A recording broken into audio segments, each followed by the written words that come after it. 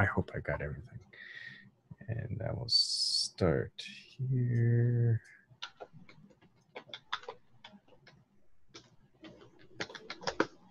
And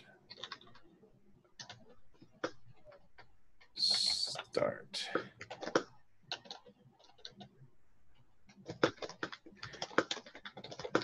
Let's get this. Oops. And share link. So we're live now? Yes, we are. I'm just setting up.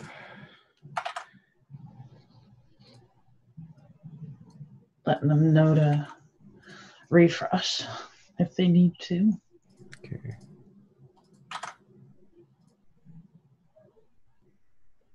F5LL. Okay. All right. My channel. Dungeons and Dragons live. And I'm starting the stream.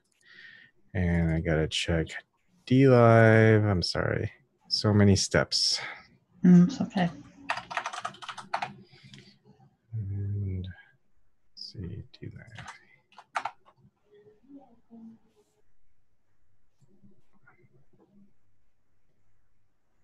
Am I seeing it?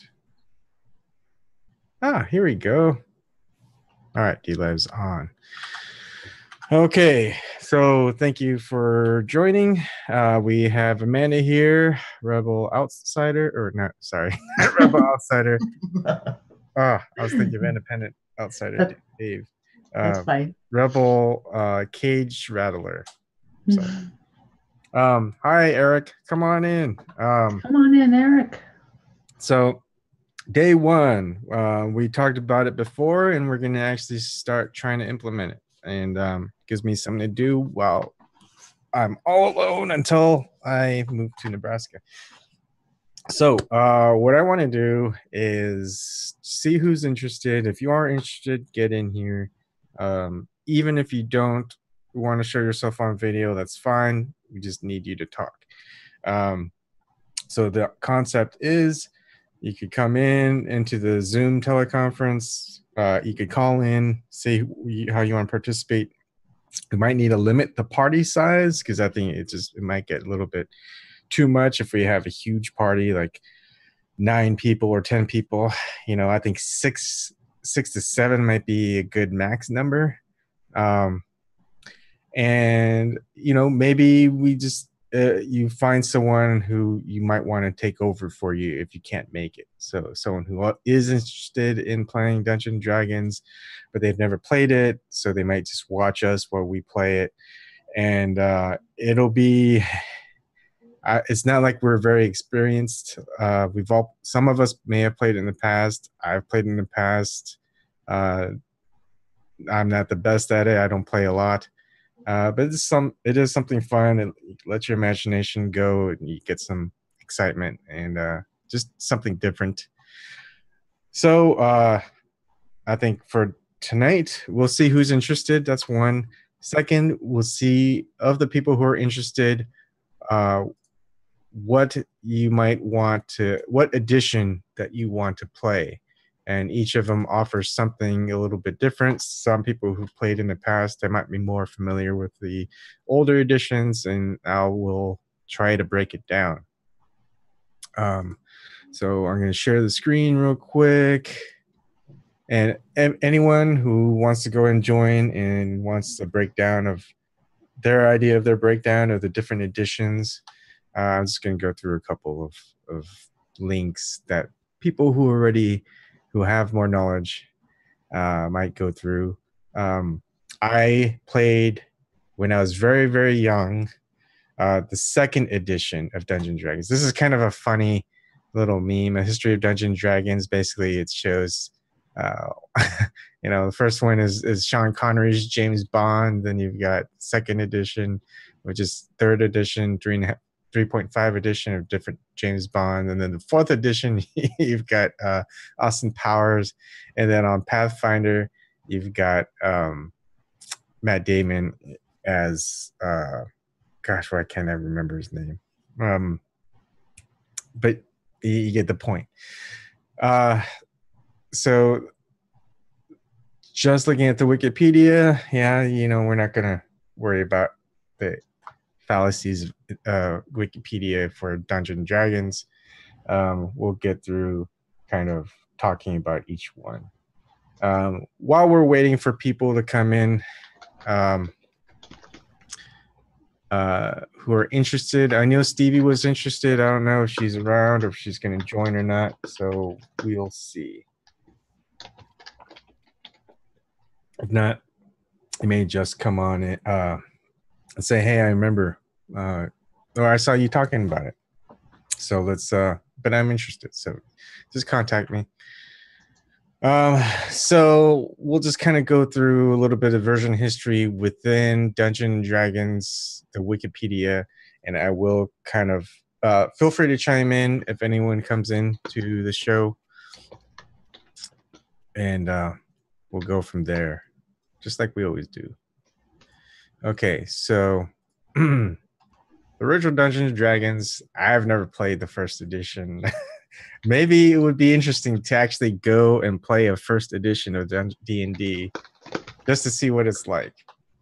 It says the original D&D was published as a box set in 1974. Rebel, can you mute when you type? Thank you.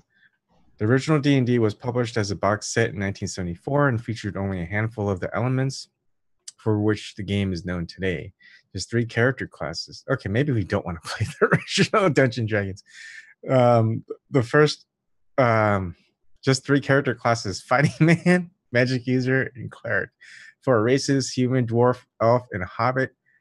Only a few monsters, only 3 alignments: lawful, neutral, and chaotic. Wow, they even have good, neutral, or evil. It's just all based on that. Okay, the rules assumed that players owned and played the miniature war game Chainmail. I did not know that. And used its measurement and combat systems. An optional combat system was included within the rules that later developed into the sole combat system of later versions of the game. In addition, the rules presumed ownership of Outdoor Survival, a board game by then unaffiliated company Avalon Hill for outdoor exploration and adventure. D&D was radically a new game concept at the time, and it was difficult for players without prior tabletop or gaming experience to grab the vague rules. The release of the Greyhawk supplement removed the game's dependency on the chainmail rules and made it much easier for new non-wargaming players to grasp the concepts of play. It also inadvertently aided the growth of competing game publishers, since just about anyone who grasped the concepts behind the game could write smoother and easier to use rule systems and sell them to the growing D&D fan base. Tunnels of Trolls being the first such. Supplements such as Greyhawk, Blackmoor, Eldritch Wizardry and Gods, Demigods, and Heroes, published over the next 2 years, greatly expanded the rules, character classes, monsters, and spells. For example, the original Greyhawk supplement introduced the Thief class and weapon damage varying by weapon as opposed to character class. In addition, many additions and options were published in the magazines, the Strategic Review and its successor, The Dragon. Advanced Dungeons and Dragons. So an updated version of D&D was released between 1977 and 1979 as Advanced Dungeons and Dragons. The game rules were reorganized and recodified across 3 hardcover rule books compiled by Gary Gygax, incorporating the original D&D rules and many additions and revisions from supplements and magazine articles. The 3 core rule books were the Monster Manual, the Player's Handbook, and the Dungeon Master's Guide. Major additions included class from supplements like Assassin, Druid, Monk, Paladin, and Thief, while Bard, Illusionist, and Ranger, which had previously only appeared in magazine articles, were added to the core rulebooks. Later supplements for AD&D included Deities and Demigods, Fiend Folio, another book of monsters produced semi-autonomously in the UK in 1981, Monster Manual 2, 1983, Oriental Adventures and Unearthed Arcana, 1985, the latter of which mostly compiled material previously published in Dragon Magazine and others. Okay. Dungeons and Dragons basic set and revisions. While AD&D was still in its works, TSR was approached by an outside writer and D&D enthusiast, John Eric Holmes, who offered to re-edit and rewrite the original rules into an introductory version of D&D. Although TSR was focused on AD&D at the time, the project was seen as a profitable enterprise and a way to direct new players to anticipate the release of the AD&D game.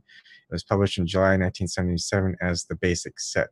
Collecting together and organizing the rules from the original D&D box set and Greyhawk supplement into a single booklet, which covered character levels 1 through 3 and included dice and beginner's module. The booklet featured a blue cover with artwork by David C. Sutherland III. The blue booklet explained the game's concepts and method of play in terms that made it accessible to new players not familiar with tabletop miniatures wargaming. Unusual features of this version include an alignment system of 5 alignments as opposed to 3 or 9 alignments of the other versions. The basic set was very popular and allowed many to discover and experience the D&D game for the first time. Although the basic set is not fully compatible with AD&D, as some rules were simplified to make the game easier for new players to learn. Players were expected to continue play beyond 3rd level by moving onto the AD&D version. Once AD&D had been released, the basic set saw a major revision in 1981 by Tom Moldvay, which was immediately followed by the release of Expert Set written by David Cook, who accompanied the basic set, extending it through 2 levels 4 through 14. For players who prefer the simplified introductory rule set, with this revision, the basic rules became their own game, distinct both from original D&D and AD&D. The revised basic rules can be distinguished from the original ones by cover colors. The basic booklet had a red cover and the expert booklet had a blue one. Between 1983 and 1985, the system was revised and expanded by Frank Metzerer as a series of 5-box sets, including basic rules, red cover expert rules, blue companion rules, green supporting levels 15 through 25, master rules, black supporting levels 26 through 36, and immortal rules, gold supporting immortals, characters who had transcended levels. This version was compiled and slightly revised by Aaron Alston in 1991 as the Rules Cyclopedia hardback book, which included all the sets except Immortal Rules, which was discontinued and replaced with the Wrath of Immortals box set accessory. While the Rules Cyclopedia included all information required to begin the game, there was a revised introductory box set named the New Easy to Master Dungeons and Dragons game, nicknamed the Black Box. A final repackaging of the introductory set titled Classic Dungeons & Dragons game was released in 1994. By then in 1995, TSR ended its support for the line. Advanced Dungeons & Dragons 2nd Edition. In 1987, now this is something that I have my experience with. A small team of designers at TSR led by David Zeb Cook began working on a 2nd edition of the AD&D game, which would take 2 years to complete. In 1989, Advanced Dungeons & Dragons 2nd edition was published, featuring new rules and characters. By the end of its first decade, AD&D had expanded to several rulebooks, including 3 collections of monsters, Monster Manual 2, Friend Folio. Just so people know, I remember reading through the entire Monster Manual 2 as a kid. just for the heck of it.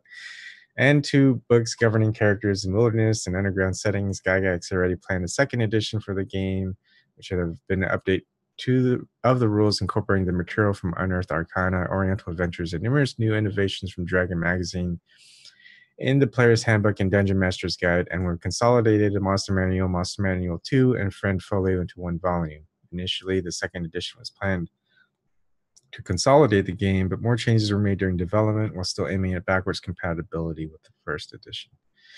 The releases of AD&D 2nd edition correspond with important policy changes at TSR. An effort was made to remove aspects of the game which had attracted negative publicity, most notably the removal of all mention of demons and devils, although equivalent fiendish monsters were included, renamed Tanari and Betizu, respectively, moving away from their moral ambiguity of the 1st edition. Oh, I can't believe they did that. I did not know. The TSR staff eliminated character classes and races like the Assassin and the Half-Orc, and stressed heroic role-playing and player teamwork. The target age of the game was also lowered, with most 2nd edition products being aimed primarily at teenagers. I remember playing, I must have been 10 or 11. I mean, I think I played when I was younger than that. Maybe that was the 1st edition. Anyway, the AD&D. I had to wait till I was older Because I had to get out of the reign of my Christian parents. Oh yeah. The game. Did I read that? Okay. The game was published as 3 core rulebooks, which incorporated expansions and revisions which have been published in various supplements over the previous decade. However, the Monster Manual was replaced by the Monstrous Compendium, a loose-leaf binder in which every monster is given a full page of information. The justification being that packs of new monsters, often setting-specific, could be purchased and added to the binder without the expense or inconvenience of a separate book. It was intended that the loose-leaf binder would allow the book to be updated and customized as needed. I never knew about this. This format proved highly susceptible to wear and tear, however, and presented difficulties in keeping alphabetic order when pages have been printed with monsters on each side. Subsequently, the loose-leaf formatting was abandoned, and the compendium as a core book was replaced by a single-volume hardcover Monstrous Manual in 1993, collecting popular monsters from the compendium. The edition also greatly increases the power of dragons to counter the impressions of relative weakness of the game's titular monster. Numerous mechanic changes were made to the game. The combat system was modified. The minimum number required to hit a target uses a mathematical formula in which the defender's armor class, AC, is subtracted from the attacker's THACO. I remember. I remember THACO to hit armor class 0 number. A simplification of first edition's attack matrix tables had appeared as an optional rule in the first edition DMG. Distances are based on in-game units, feet, rather than miniature board ones, inches. Critical hits are offered as optional rules. Character creation is modified in many ways. Demi-human races are given higher level maximums to increase their long-term playability, though they are still restricted in terms of character class flexibility. Character classes are organized into 4 groups: fighter, which is warrior, which includes fighter, paladins, and rangers; wizard, which includes mages and specialist wizards; priests, which include clerics and druids; and rogue, which includes thieves and bards. Assassins and monks were removed from the game as character classes. Magic users are renamed mages. Illusionists are made into a subtype of the wizard class, along with new classes specializing in the other schools of magic. Proficiencies are often supported in player's handbook and many supplements rather than being an optional add-on. Psionics are no longer included in the player's handbook, though they later appeared in their own supplement. Player's options. In 1995, TSI re-released the core rulebooks for 2nd edition with new covers, art, and page layouts. These releases were followed shortly by a series of volumes labeled Player's Options, allowing for alternate rules systems and character options, as well as Dungeon Master's options for high-level campaigns. They consisted of Player's Option, Combat and Tactics, Player's Option, Skills and Powers, Player's Option, Spells and Magic, Dungeon Master Option, high-level campaigns. Some of the optional rules included the introduction of a point-based system to allow players to pick and choose parts of classes to make their own class in a similar fashion to non-weapon proficiencies, and attacks of opportunity are possible in combat. Just to also let people know, now while I didn't play a lot of D&D when I was a kid, it's off and on, a lot of my experience with D&D is actually in video games, especially starting with like Advanced Dungeon Dragons, Pool of Radiance, the second one, the third one. Then there's the ones with Dragonlance version and a couple of others. I always thought those were fun. I did remember playing again, and I was the DM. Now it's called, I think, GM. Like high school, I don't know what version we played. I think I just made everything up just because everyone that I was playing with, all my friends, they never played before, so they enjoyed it. We played for all night. Like we started like at 6 p.m. or something. I remember it was because it was during a school strike, and so we played all night. And I didn't know everyone was so interested. We stayed up, was still in like 7, 8 a.m. We're hungry. We went to to see if Godfather's buffet pizza was open. They were hung out at the Dairy Queen next like nearby, and then I fell asleep and they all left while I was asleep. And then we made it to Godfather's Pizza to eat. But yeah, I think we played it one more night and that was it. But it was memorable, that's for sure. Okay, I'll keep reading because no one else is joining yet. Maybe there I remember isn't. the Godfathers and Dairy Queen. That was a once a week thing for me. Yeah. Oh, who knows? We may not be able to play. I thought there were a lot more people interested, but maybe not. Okay. So Dungeons & Dragons 3rd edition. A major revision of the AD&D rules was released in 2000 as the basic game had been discontinued some years earlier, and the more straightforward title was more remarkable. The word advanced was dropped, and the new edition was named just Dungeons & Dragons and still officially referred to as 3rd edition, or 3E for short. It is the basis of a broader role-playing system designed around 20-sided dice called the D20 system. Oh, I kind of vaguely remember using this. Maybe. We'll see. Monte Cook, Jonathan Tweet, and Skip Williams all contributed to the 3rd edition Player's Handbook, Dungeon Master's Guide, and Monster Manual, and then each designer wrote one of the books based on those contributions. The D20 system uses a more unified mechanic than earlier editions, resolving nearly all actions with a D20 die roll plus appropriate modifiers. Modifiers based on ability scores followed a standardized formula. Saving throws are reduced from 5 categories based on forms of attack to 3 based on type of defense. The combat system is greatly expanded, adopting into the core system most of the optional movement and combat system of the second edition player's option combat and tactics book. The 3rd edition combat allows for a grid system, encouraging highly tactical gameplay and facilitating the use of miniatures.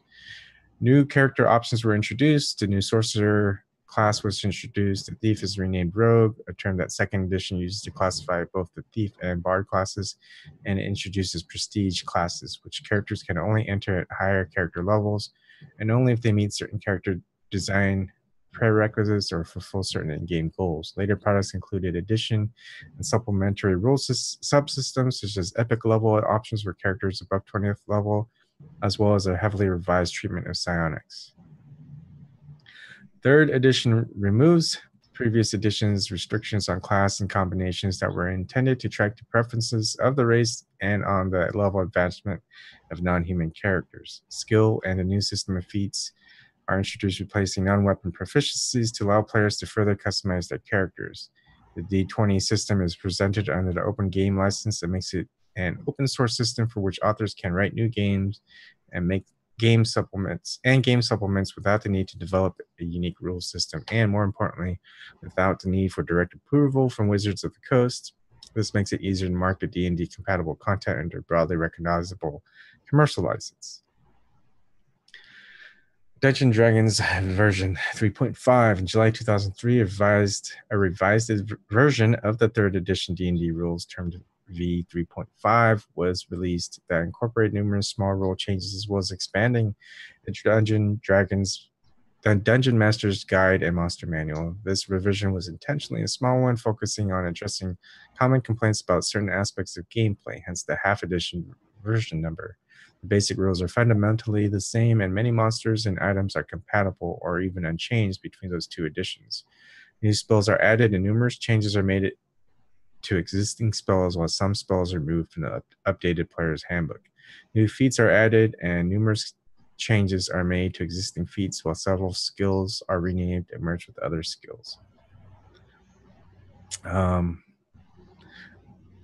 don't know which version it is, but I remember looking at, and this was in the video game plays as well, like at certain points, if you were a certain class, if you made it to, say, level 13 and higher, you could switch classes. And when you switch classes, you retained all those skills that you had up to that point. So, for example, if you started out as, say, a ranger and you made it to level 13 and you switch classes, you could switch to a class such as a mage.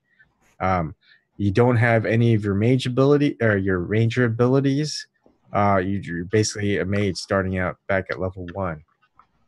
Once you make it to mage level 14, Then you get your ranger abilities from level 13, and your mage level 14. So I always thought dual class, that was kind of a cool thing.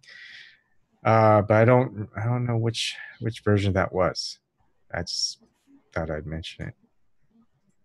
Dungeons and Dragons 4th edition. On August 15th, 2007, Wizards of the Coast announced the development of D&D 4th edition. In December 2007, the book Wizards Presents Races and Classes, the first preview of 4th edition, was released. This was followed by a second book in January 2008 named Wizards Presents Worlds and Monsters. The Player's Handbook, Monster Manual, and Dungeon Master's Guide were released in June 2008. Slashdot reported anger from some players and retailers due to the financial investment in 3.5 and the relatively brief period of time that had been in publication. Although many players chose to continue playing older editions or other games such as Pathfinder, the initial print run of the 4th edition sold out during pre-orders, and Wizards of the Coast announced a second print run prior to the game's official release. Unlike previous editions with just 3 core rulebooks, 4th edition core rules included multiple volumes of the Player's Handbook, Dungeon Master's Guide, and Monster Manual that were released yearly, with each new book becoming a part of the core.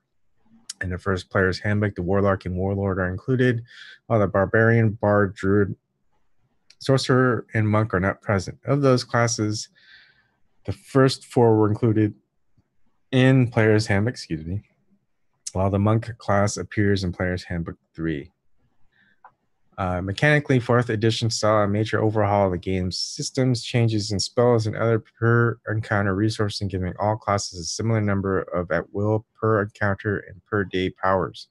Powers have a wide range of effects, including inflicting status effects, creating zones, and forced movement, making combat very tactical for all classes, but essentially requiring use of miniatures, reinforced by the use of squares to express distances. Attack rolls, skill checks, and defense values all get a bonus equal to 1/2 level, rounded down rather than increasing at different rates depending on class or skill point investment.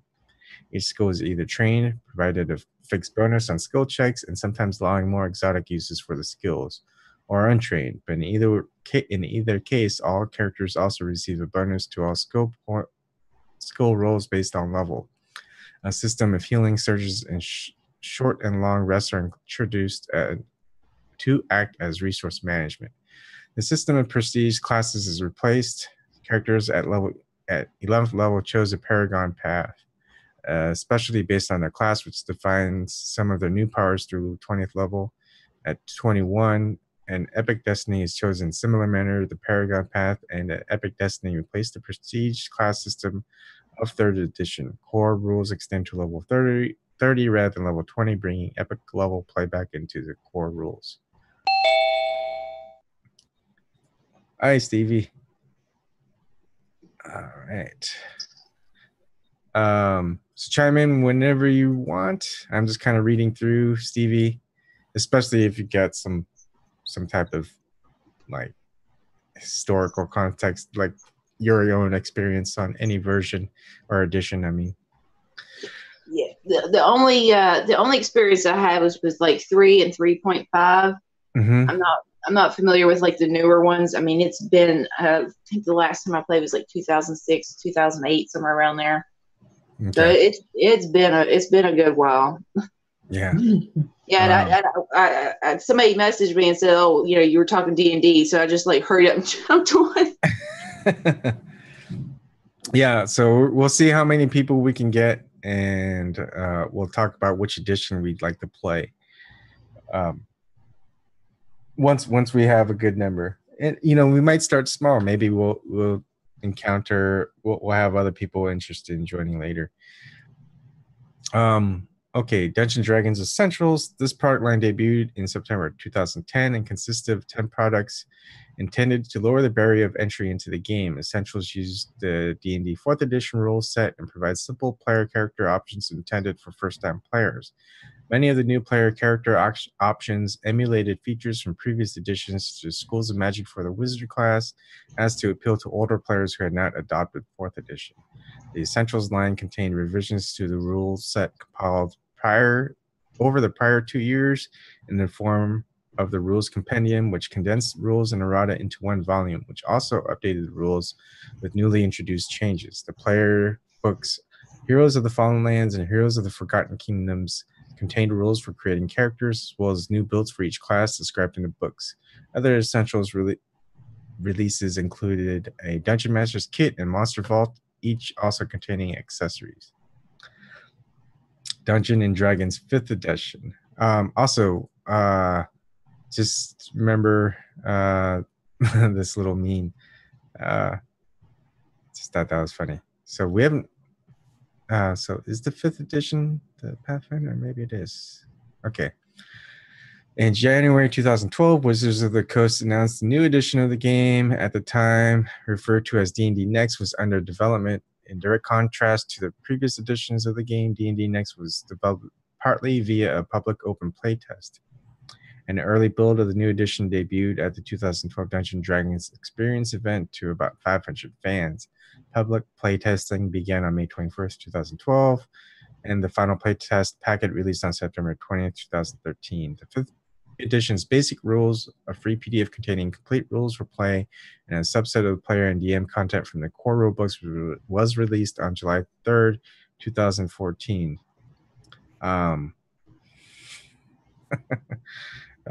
East Slider, that's funny. The starter set, I just lost my, okay.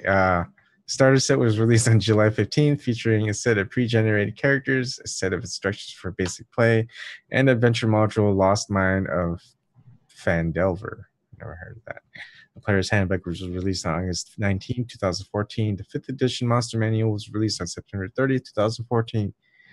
The Dungeon Master's Guide was released on December 9th, 2014. The edition returns to having only 3 core rulebooks, with the Player's Handbook containing most major races and classes. Mechanically, 5th edition draws heavily on prior editions while introducing some new mechanics intended to simplify and streamline play. Actions are now more dependent on checks made with 6 core abilities, with skills taking a more supportive role. Skills, weapons, items, saving throws, and other things that characters are trained in now use all single proficiency bonus that increases as character level increases. Multiple defense values have been removed, returning to a single defense value of armor class and using more traditional saving throws. Saving throws are reworked to be situational checks based on the 6 core abilities instead of generic D20 rules. Feats are now optional features that can be taken instead of ability score increases, and are reworked to be. Oh, sorry, real quick. Okay, see you back in 2 minutes. Okay. Let's see.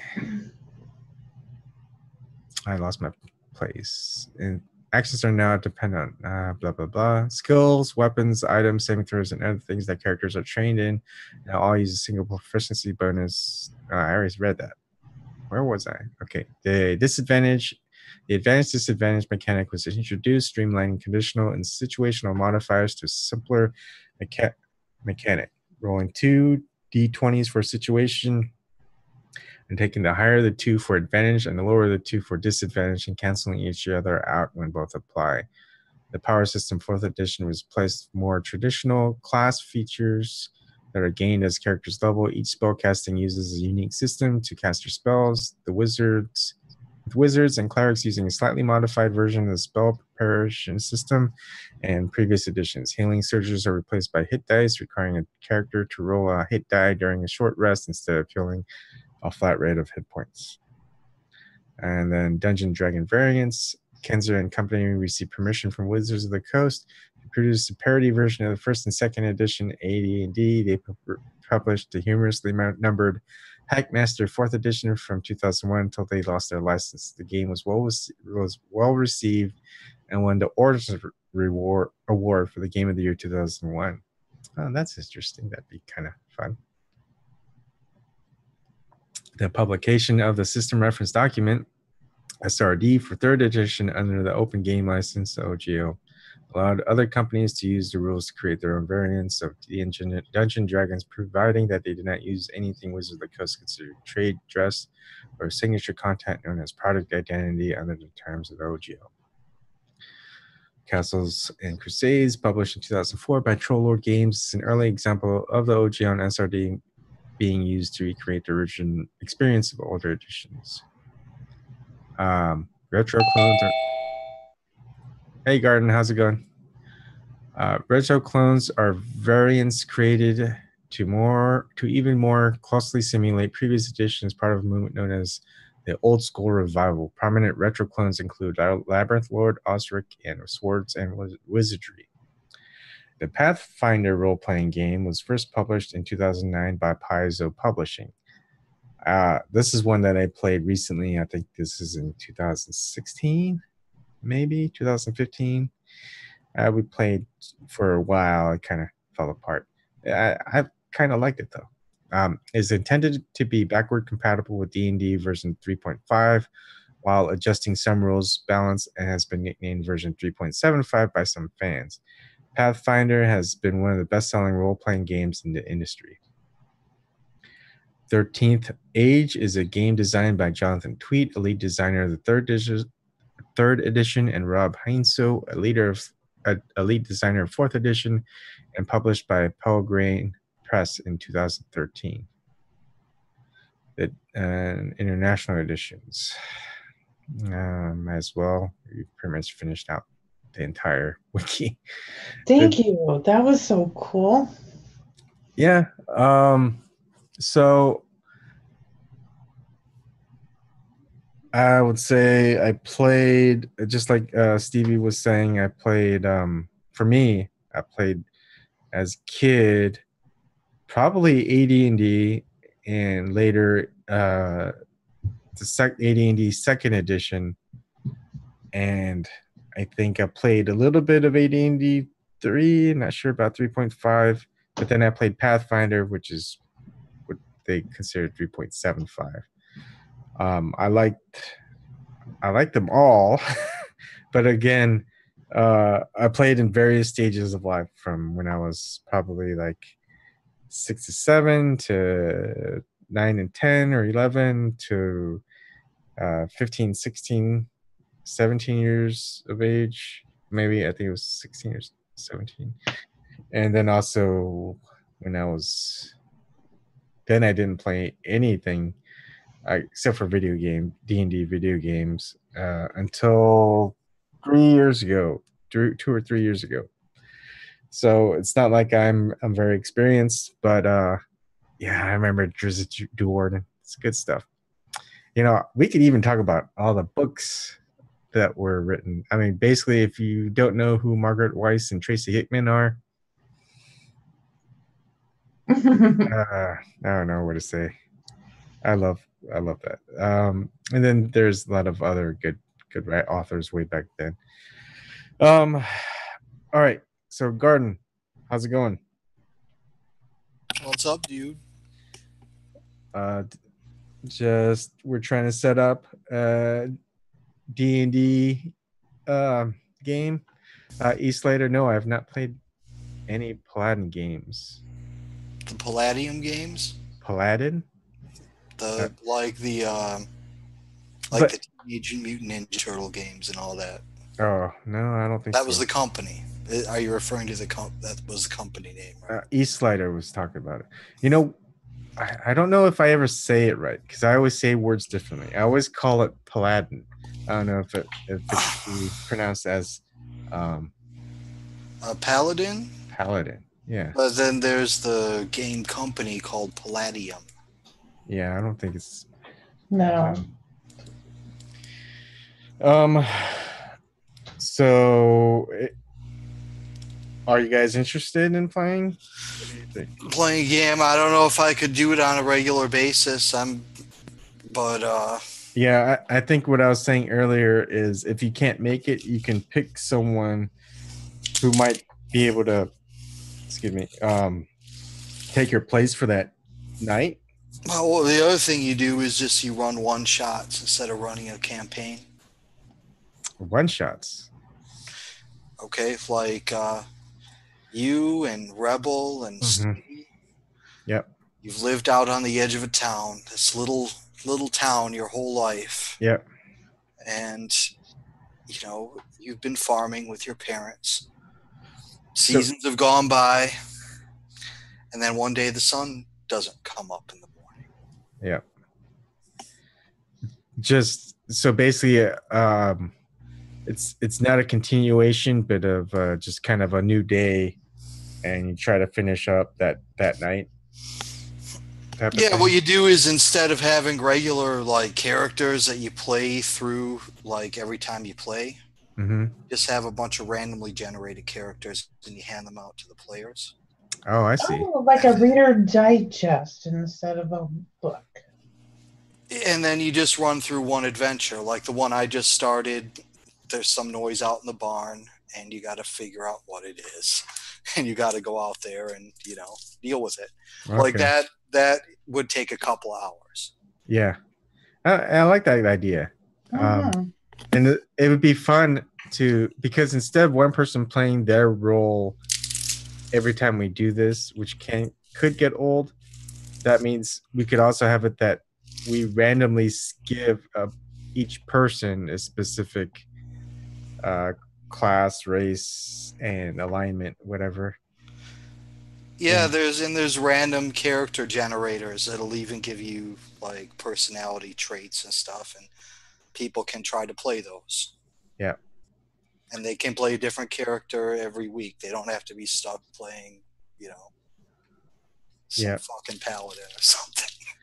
But on the other hand, just like Jonathan Melton's saying that he likes the continuity, that you can build up your character and become a badass level 14, and it depends on what version we play, like 20 to 30, and just stuff like that. It's great when you're like when you play. It's just in this format though. It just I don't know, man. People would be coming and going, and true. You know, But and as far as randomly generated characters, it's not like you got to play like first level gimps every time. Yeah, I mean, what we could do is if someone's missing, like someone does a fill-in, or if someone wants to join, we give him one of those randomly generated characters to just kind of fill in. Like, lo and behold, some new party members came because some emergency occurred, you know? And so one of your party members, hi Eric, ended up disappearing, transporting off to help out a different situation, and said, hey, here's, and sends back like 2 others or something silly. There's all kinds of ways you can run it. Like you can run a continuous campaign or one shots, or you can run like 2 different sets of adventures that are interconnected, you know, 2 different sets of characters. I mean, I think what would be good is because this is relatively new, but in that aspect, I think it's easier to be around in this type of set. Hello? There's some feedback. I can hear you. I'm not sure what that noise is. That might be you, Eric. Okay. Oh, what happened? It's gone. What's Nothing. up, Eric? We just had some weird feedback. So I mean, for example, when I played Pathfinder, it was with this dad's group for Somerville, and so basically everyone was dad. We just okay. That feedback's coming from you, Eric. Oh, hold on. It's his Hillary grinder. He grinds up Hillary dolls in it. So the problem with that is, as you know, dads, we sometimes, I mean, can't make it. So we lived in different parts of the town. So, for example, I would try and figure out who can host, but we did have someone who could host every night, and other times is the DM or GM. I think they call them GMs these days. Would like I would pick him up, and we would start that way. And I don't know. We try to make it all the time, and it actually worked out. Sometimes scheduling just didn't work out. But here it's like you could be home with your family playing, and if a situation arises, you know, just continue on without me. I'll just let me know. The only problem is it's figuring out how to handle the game mechanics. For example, if some people don't have dice, they can actually share the screen, go to like a random dice roller. Well, that's the other thing. There should be a common random dice roller, and it should be put up on the thing so everyone can see it. Yeah. Then if the DM wants to make some secret rolls, he can just do them on his own. Mm-hmm. You know. Well, so you don't want to have the webcam just kind of, excuse me, go down and just have someone rolling their physical dice? I have no real preference. It just seems easier to use the random number generator. Yeah. And, you know, and then like those random number generators, like, you can bust out all kinds of dice on them. Like you can change it to a D100 if you want. Yep. And then change it back to a D10 and change it back to a D6. Let's see.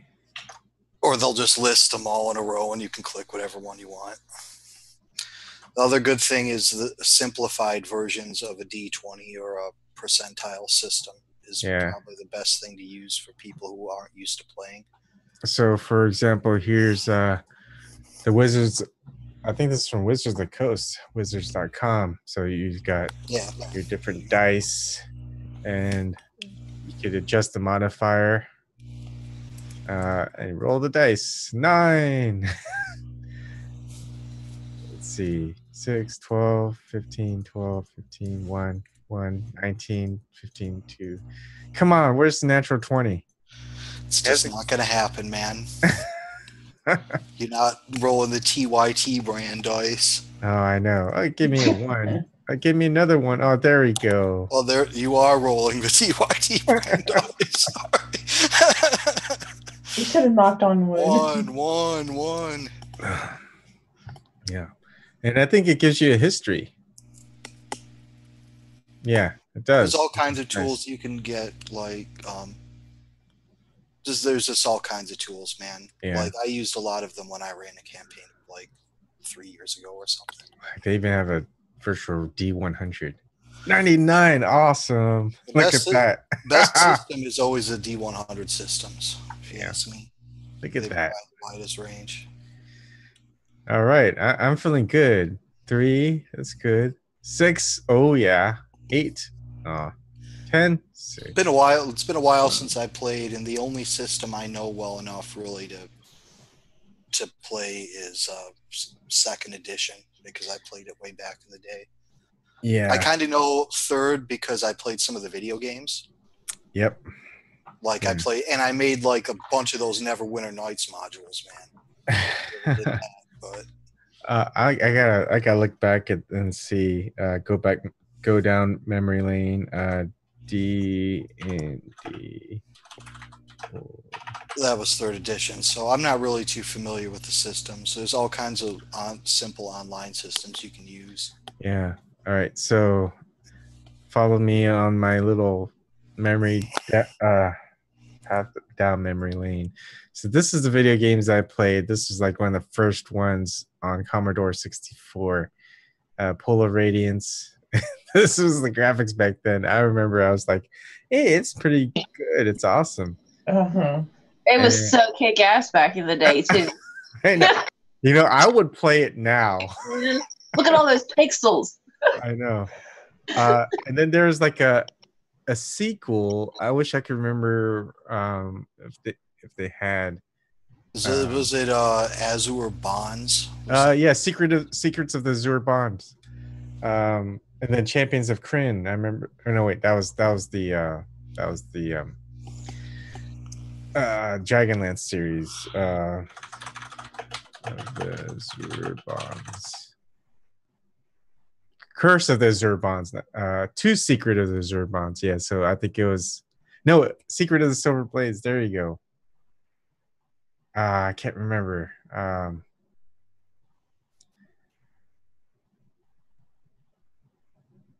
Which one was this? Was this the 6th one or the 3rd one? You got to find out who put these fucking things on you. I remember that. Oh, I remember. Those bonds were curses. They were Yeah, tattoos. You had to go figure out like how you got them. yeah. And I remember Hills Far. That was like a different thing. It was like it wasn't quite. I think it was like third person. No, yeah. Hills Far was second one, I think. Oh man, I'm so confused. But I would definitely play these again if I ever got the chance. Just cause I miss this stuff.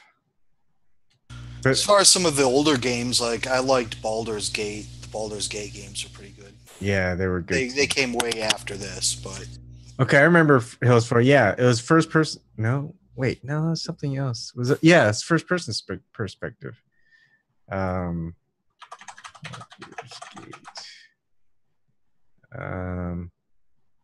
yeah, I mean, I remember that was like the later ones. Which the earliest one? Like I remember, I would be playing stuff like Bard's Tale was one. My Heroes of Might and Magic. If you guys ever played that, I think I played mostly the second one. did you ever play Hero Quest?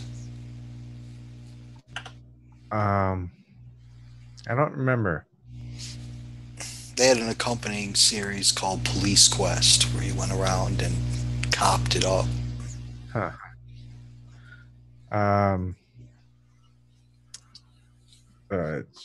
Champions of Crit. I remember playing this. This is when things got like it was so much better, like visual wise, at least the way back then when he thought this was like super awesome graphics. And the cool thing about the Dragonlance ones is it followed the things with the books a lot. Of course, if you had a Dragonlance, you'd be able to kill dragons faster. They're specific. They're draconians. Basically, I think they're like hybrids of like I forgot which races, but they're created out of dragon eggs through magic, and they're humanoid form, and different ones like silver ones are like green, like ones from green dragon eggs would explode after you kill them into a pool of acid.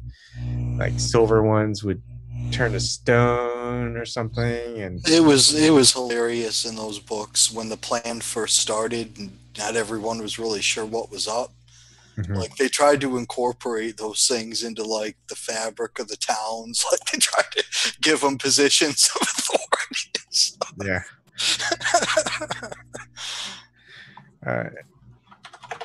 Yeah. Anyways, so I guess it's just is Eric coming back? Is Eric interested in playing? So is Amanda having problems? I don't know. Like, when are you talking about playing, dude? Like, I'd be able to stop in once in a while, maybe, but yeah, I was thinking not a regular thing, probably. A week or every other week type of thing on a Saturday or a Sunday. It was just going to be like one of those continuation nights where we just kind of want to get away from all the stuff that goes on every day. Take a break from politics. I mean, we'll do politics stuff. I mean, there will probably be nights where James will have his show on Saturday night and talk about Green Party stuff, or Dave or Stevie or Ryan starts something. Or hardly anybody has theirs on Sunday, correct? Well, Snork was thinking of starting back up, but more for like science discussions.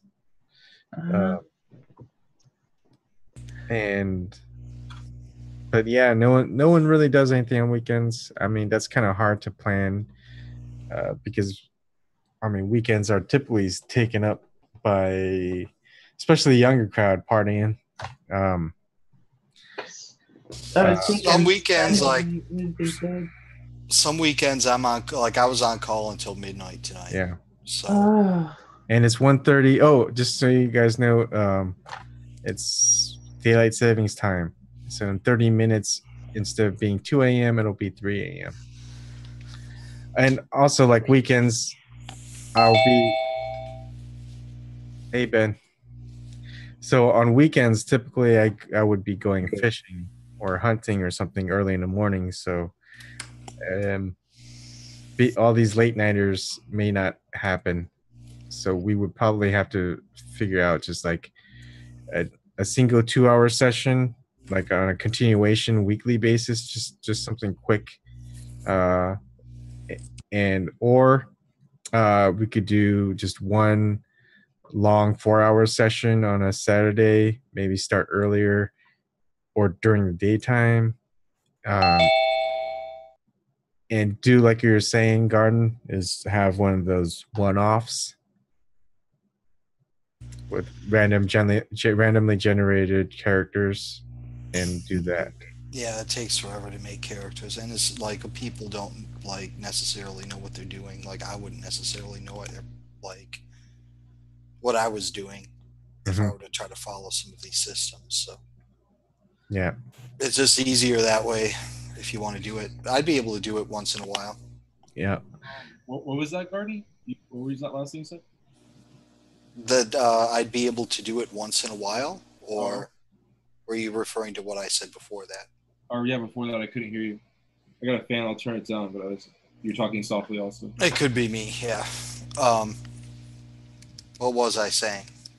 Yeah, that you wouldn't be able to do that character generation is time consuming, and the randomly generated characters work, to solve a lot of issues. Because we don't want to spend all of our time explaining to people how things work and making characters and all this. Like we just want to tell a story and play through it, Mm-hmm. That could be a separate thing that you guys like do like later, like have it all for people who already kind of have their like some notion of it, or who are really serious about it and willing to like do something maybe outside of it and research and talk with people. But and then also maybe like every fourth show or something be like a tutorial or like introduction / whatever. It's like discussing it or summing up something. Or you could just keep it simple, and like have like some randomly generated elements. I like your idea, Garden. Keep the system simple. I think combat system simple. There's plenty of like really simple systems you can use. I think what we should do is kind of twofold. Have an ongoing adventure with keep building up your character. But the initial one, if you've never played D&D or you need to brush up, you have to do a one-off one. So you get your one character, you go through it, and you kind of see what it's like. And if you're interested, you go on the one that's reoccurring that weekly or bi-weekly campaign. And hopefully we do the campaign. We'll do short campaigns first and then go on for longer ones in the future. And we could also have spin-offs. Like I would love one and something like politicians, right? So we create a politicians one. So politicians in the D&D world. Whoa. Like how you would so we create their character class, their alignment. Once upon a time, the land was controlled by an evil wizard. Yeah. Usurped the throne of a just queen. And you've got like Jenks of TYT. And like there were these foreigners on the other side of the mountains who were constantly plotting and intriguing. I'm Putin. Poisoning citizens. Like you have imagine the characters that we would use. Like we would have Jenks Uger or something as a bard. You would have Hillary Clinton as an assassin, maybe. I don't know. Like, what would you classify as like Donald Trump as a character for Dungeons and Dragons? The drama king. He is kind of an actor. Let me look at the Dungeons and Dragons class. Kind of an actor. Yeah, I need a refresher on what the classes are. Yeah, but depends on what your. Well, I think I'll share the screen. Another way to do it, is just instead of bothering with classes and all this stuff, like you just have a standard template for a character, like a human character or whatever. Yeah. So these are typically the principle-based classes, and there's also alternative-based classes based on different types of editions. And you just give them skills rather than assigning them a class. They get so many points to spend on skills or abilities, I want to be Bannon. That's the key is, man, it should just be kept as simple as possible. I'm telling you. Sure. That's the best way to have it. Like, I think it would help if it was simple, because like he's saying, because then people would turn out more, maybe. Yeah, I mean, definitely keep it simple early on. Yeah. If we're going to do this like 3-4 years from now, I think we're going to get a little bit more adept at what we do. There's 3.5. I'm laughing. I'm thinking, yeah, here I am, 60 years old, and I'm still going at it. I don't know any 55-year-olds that do this. these games have just become part of the culture, just like other games, like card games or whatever. Every generation, like every couple of generations, people invent these new games and they catch on. Yeah. I mean, look at the movie Basketball. Yeah, basketball. I think that's funny. That sounds fun. I'd like to do that. That actually does sound fun. And plus, you get to say something fucked up just so they can make them lose their shot. I'll have to look that up. I'm not familiar with it. So so do you guys like that idea with Garden? I think or in mine. So we'll just start off with a randomly generated characters and a single night campaign, not a campaign, single night adventure. I guess as the GM or DM, you would call it. I'll just create the scenario. What is GM? Game master. Oh. Instead of calling it dungeon master. Oh, call it a dungeon master. That sounds. It sounds sexier. Yeah. Degenerates. What kind of a game is this? I know. I was looking on Twitter. I was going to put on there, like, I was looking for a dungeon master, but then I was like, yeah, that probably gets some really creepy PMs from that. Yeah, I get one of those. By your service provider. I gotta get one of those whips. I am the DM. The dungeon master. Yeah, keep it to dungeon master. We gotta have that. I'll dress up in full spandex, black spandex. Gimp suit. Yeah, dress up like the damn gimp. Oh, what are they called? Gimps? No, not gimps. The full body suit thingy. Oh. The leotard. Oh, I don't know. I forget. Morph suits, I think. That's what I've always heard it called. I don't know. Wait, this is going to help us brush up on our younger years, isn't it? Okay, so let's plan that on next Saturday. I'll try to set up a one night stand. I'll have to see, man. I'll have to see. I just don't know if I'm going to be on call or not. Yeah, no problem. But is there a better night? Maybe we do Sundays or something. If it's not, yeah, I just don't know. Okay. Mm. Stevie, what were you gonna say?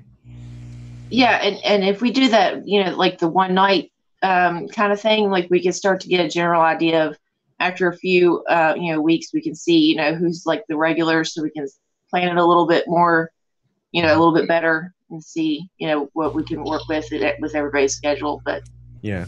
I'm just excited to be doing any of this. I mean, I've been dying for like over 10 years now, y'all, for like somebody to geek with.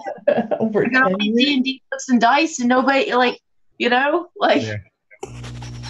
The thing is about these games, it's very hard to run them as like an open forum where people are just hopping in and out. Yeah. What we pretty quickly. True. But we could, like I said, that's why I would have like for the new people who haven't ever played, have them go through one of these one-nighter ones, see how they do, if they're serious, if they like it, etc. Can someone mute their background? Is that you again, Eric? I think so.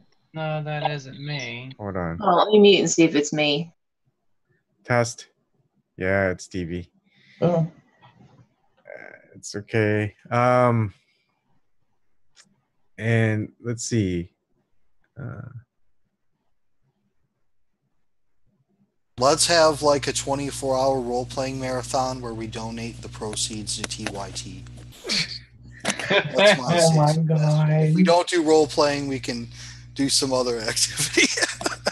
Never donate to The TYT. important thing is it at the end. Never Are you gonna donate be to the one TYT.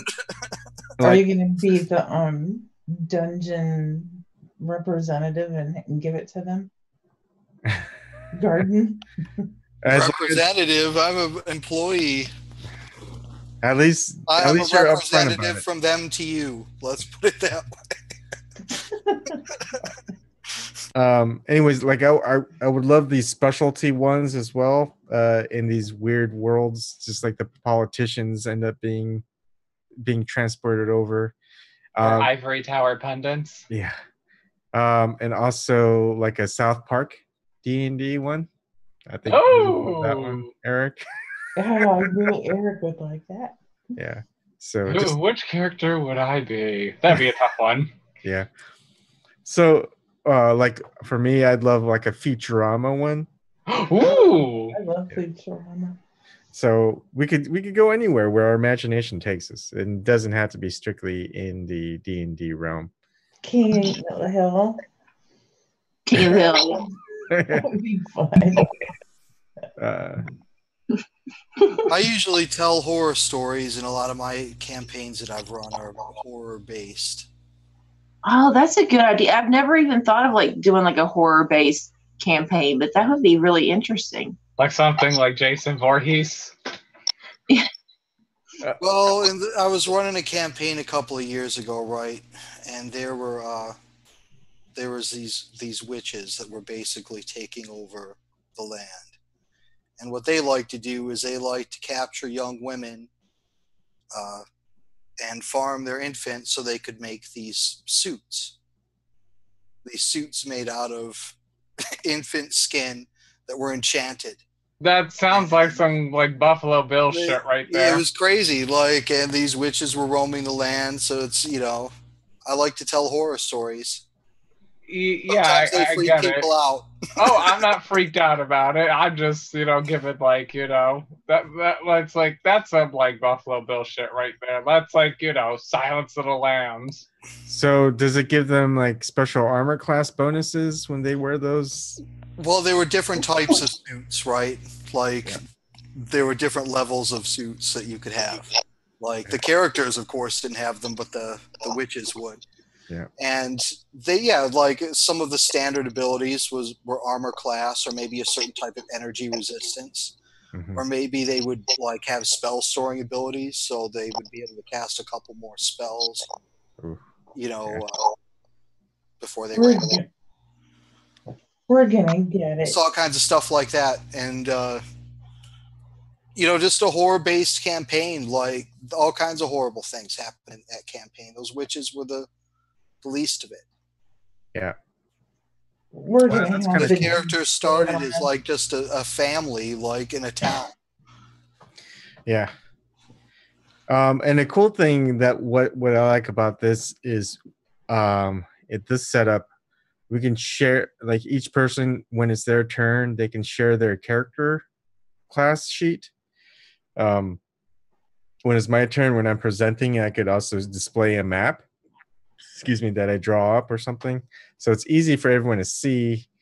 And there's also ability with Zoom to be able to share like a whiteboard. So say I share this whiteboard, I thought there were more controls. Where are the controls at? I was just thinking of the South Park episode of where Cartman he plays Silence of the Lambs in his basement with his doll. And plus, he also had a he had like a toy Yeah. he had like one of those toy poodles. That freak, he started crying. He didn't know like what the hell he was doing. Because for a minute he felt sorry for her, right? She was down in that well. Like, you got the impression for a second there he knew he was doing something that wasn't right. When we start doing the political one, we'll have the deep state in so fast. Yeah. Okay. So here's the plan. I'll plan one for next week. We'll use edition 2, second edition rules, and then the week after we'll do the same thing. We'll do third edition rules, and then the week after that or something, we'll try like the Pathfinder, and then if we are interested, we could try 4th edition or 5th edition. I think you're gonna confuse the fuck out of people. Damn it that way, dude. Dude, we follow politics. How confused can we make people? I'm telling you, man, I've had to walk people through game systems many times. Okay. So You'll confuse the fucking shit out of them if you do it like that. That's all I'm saying. Okay. Damn it. All right, so we'll just pick one system and stick with it. Don't be afraid in the next week to look at some of the systems people use for this type of playing. Where do you go and learn to find that? I could look around and try to find some of them again, but it's been a long time since I've looked. Okay. But I can look around because some of them, they make it very easy. Like, you're not really worrying about classes or like 6 different types of modifiers to rolls and whatever. I think Pathfinder seemed pretty simple. Maybe we'll just do that. Just go to pathfinders.com? No, it's you have to go to Piezos' website. Or Piezos? Let me look. Piezo, sorry.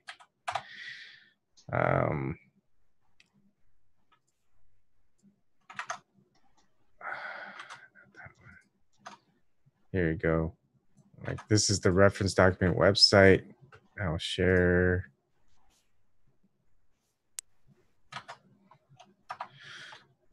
So things like this.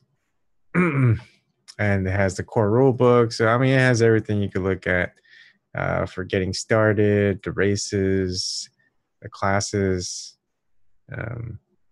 feats, and a couple of other things. The advanced class guide, advanced players guide. It has everything online, which is nice. So if I want to reference anything and show it, I don't have to open up a book, show it to you in front of the webcam. I'll just go ahead and show it to you here so you guys can understand what it is. Okay, that link did not work up there. But you know what'll happen, man? Sure. What? Is like you'll have to explain what a feat is 3 or 4 times per session to different people. Like these systems weren't designed for this type of play. Maybe. Well, wait a second. I'm sure there's got to be other groups that do this. I mean, stuff online. I'm sure we can do like a YouTube search or something and find a group that does this and see, kind of get like the gist of like, you know, how they have it arranged. Well, that's some ideas. There are systems out there that are designed for people to play like this. People that aren't really familiar with the games playing online. Yeah. Ooh, here we go. Look again and check them out. But here, let me share this one. Hello, everyone, and welcome. I got kind of dirty brown reddish hair. His mom was an elf and his father was a human. Pretty bad relationship. Well, they had a great relationship, but they didn't have once. Yeah, it all went downhill. Right. And so he got left on the street himself, and is just kind of always looking just slightly disheveled and. You see, there looks like a. That's kind of good. And that's where you hear the yipping. And you feel the urge of the Quaggoth that are with you to actually want to go back and play with their brethren. Mm-hmm. In front of you is a large stalagmite. Shit, I remember this from last time. It's coming from the ceiling, so it's a stalactite. It's hanging on tight. Yeah, stalactite. And a walkway that is made to it, and a chamber that seems to be carved from this into the center of this stalactite. And that's actually where you guys are walking. Anyways, that's an example. We need to have you have a throne. Actually, what I would do, I would love to kind of semi-animate, not like have animations, but like when I'm telling a story, I would show a map, maybe play some background music / like sound effects. That would just kind of gets more into it, and make it real, man. Yeah, it'd be interesting to have like a bunch of saved audio buttons to play, so everyone can hear it, like splash, and just play the splash noise, and just build it up, make it very, very. I'm feeling excited over this. I don't know. It's just something different. Mm-hmm. And then, if it doesn't pan out, it doesn't pan out, and we just kind of use it as kind of a thing that, hey, we did this in D&D once when we did it, and it could apply to this, as far as like coordination or politics or whatever it is. That's so true. Yeah. I mean, just look at all the kinks we had to work out when we first started this show. It's like, there's just so much that you have to go through, like work it out, just getting in it and just be like, oh, okay, well, this doesn't work. So we'll get it figured out. Yeah. Dude, can you imagine looking back for the first episodes? Should we try? Oh my God. Let's see. Is there any way of organizing it into a folder on YouTube to keep them together? Like a playlist? That's what I usually do.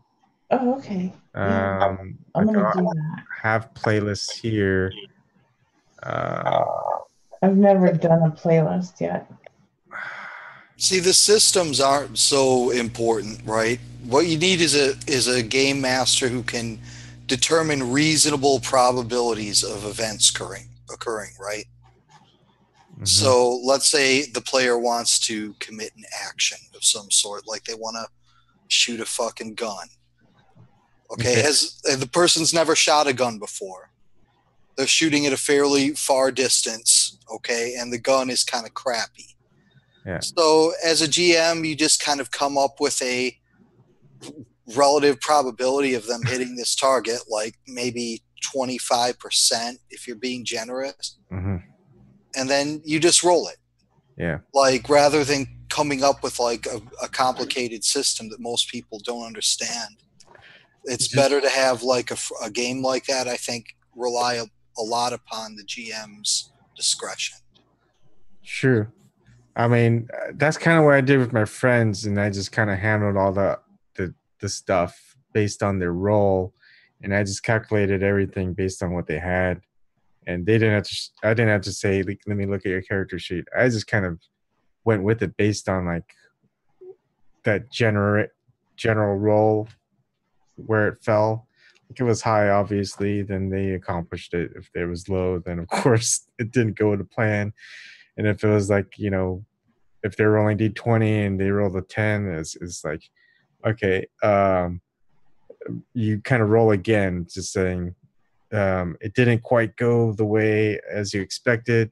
When you slashed, you ended up hitting him, but then that just angered him more, and now he's able to do more damage to you during his attacks.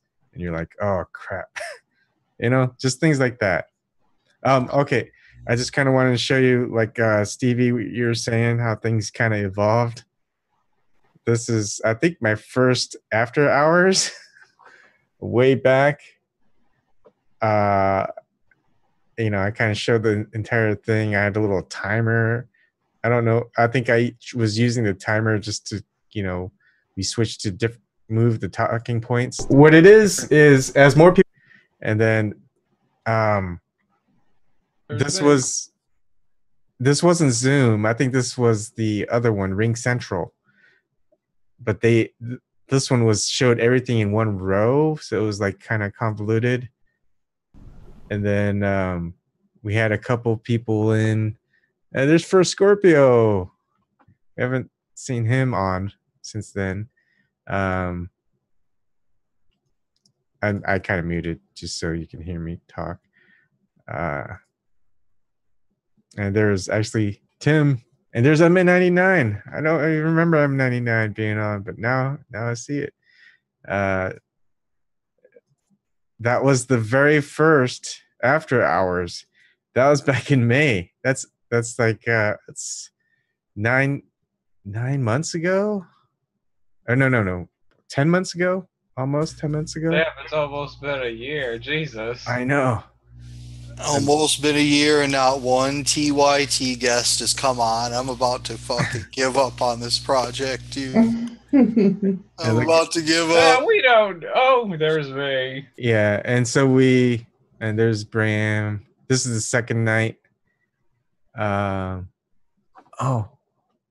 Who's that? I can't recognize.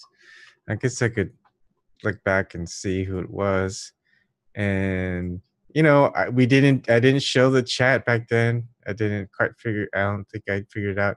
I didn't get rid of every borders within Zoom, like the bottom one and top one.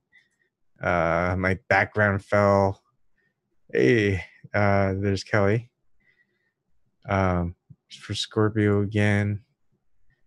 I mean, so it did slightly get better transition wise. I'm laughing at your background. And you had facial hair back then. A lot. Let's see. I miss Broken. Yeah. A lot. And then let's see. We'll jump to 2 weeks later. I started finally showing the chat. Oh, yeah, and there's Ariel, Broken Carpenter, Stevie with her whiteboard. We miss your whiteboard, Stevie. And see, this is when I think I came in. Yeah. Oops, let me get rid of this. Yeah, and like the chat was so small and big, it's hard to see it. Everything is so evolved nowadays. Yeah. Oh man, look at that beard. Stevie looks so businesslike. Yeah. And Kelly had the headset. This is where I started cleaning up things a little bit. I had a little snippet at the bottom. That was only 2 weeks in. I mean, so many things changed just a couple weeks, and then this. Everything changes. Like I know. And this is 2 weeks after that. And, I'd have these little news snippet type looking things. I mean, I still use them on occasion, but it was and so the live chat, I made it so it's a little bit bigger, so easier to see. I didn't restream at all, so it was just all based off one thing. Man, there's so many of us on. Who's that? Thomas for Amy? I don't quite remember him. Chowing it up. we do a lot of eating. Like, imagine we could go back to all the videos and just do like people eating and while talking online. I know I wasn't hungry, and I said, "Who am I kidding?" And so I made food because I knew you guys were going to talk about food. Yeah. How about all the times I went and fell asleep? Yeah, I want to find that one. or all those times I said, or a contage of how many times that everyone that said Hillary Clinton is a cunt. Yeah, that would be a good one. And then, so what's a date on those? Well, this is on August, or no, 9, which is September. Sorry. So this is like, and there's Fly with his goggles. He doesn't wear those anymore. This was like the last roll after hours, and we all kind of changed into our own little things. Like, I just decided to kind of morph into. Because I remember that hurricane. Yeah. Like when I was in a different place. Yeah.